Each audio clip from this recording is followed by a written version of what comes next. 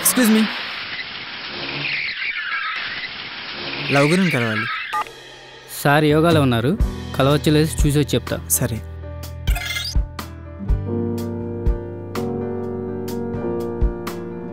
Sir, client వచ్చాడు sir. ఫ్యూచర్లో బాధపడేవాడా, ప్రస్తుతం బాధపడేవాడా? ప్రస్తుతం బాధపడేవాడు సార్. సరే రమ్మను. సార్ రమ్మంటున్నారు.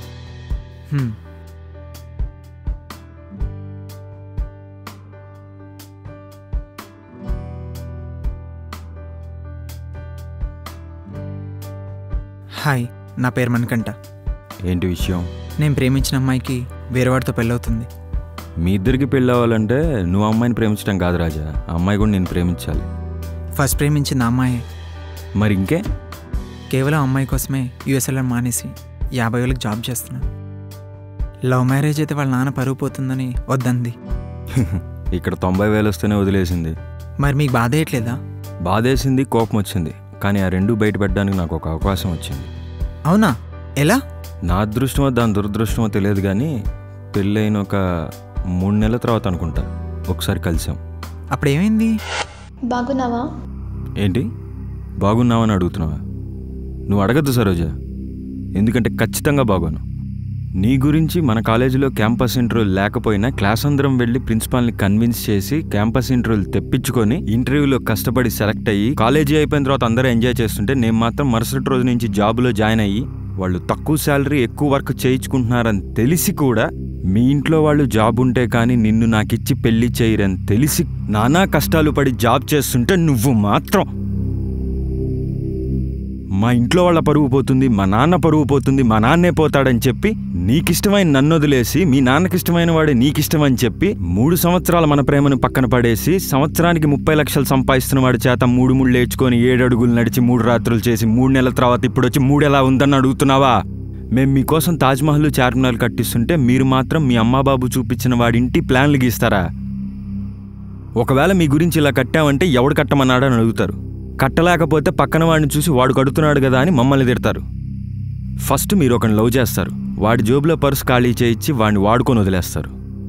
వాడు పరిచయం చేసిన వాడితో పరిచయం పెంచుకొని వాడితో ఫోన్లో మాట్లాడుతుంటే వీడు ఫోన్ చేస్తే అమ్మతో మాట్లాడుతున్నానని అబద్ధం చెప్తారు.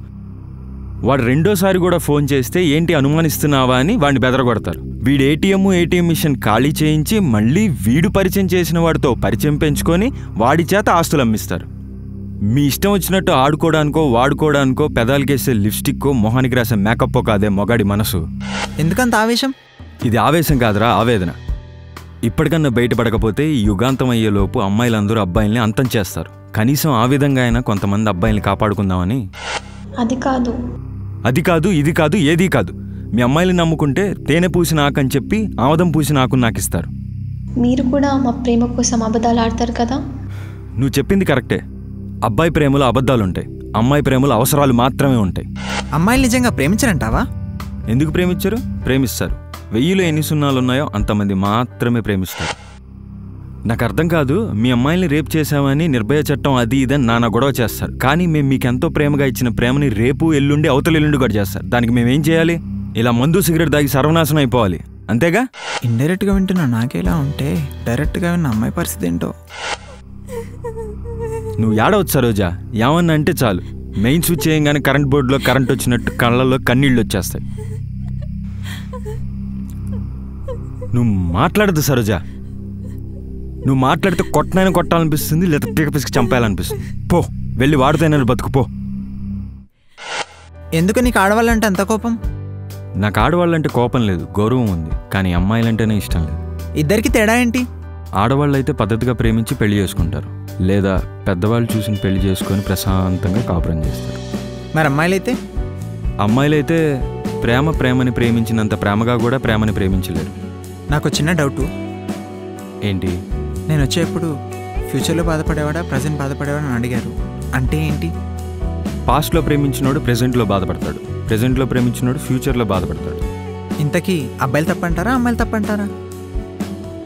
ఎండకి మంచు కరుగుతుంది, ఆ తప్పు ఎండది కాదు మంచుది కాదు, ప్రకృతి. ఓ ప్రకృతి. ఓకే, మళ్ళీ కలుస్తాను.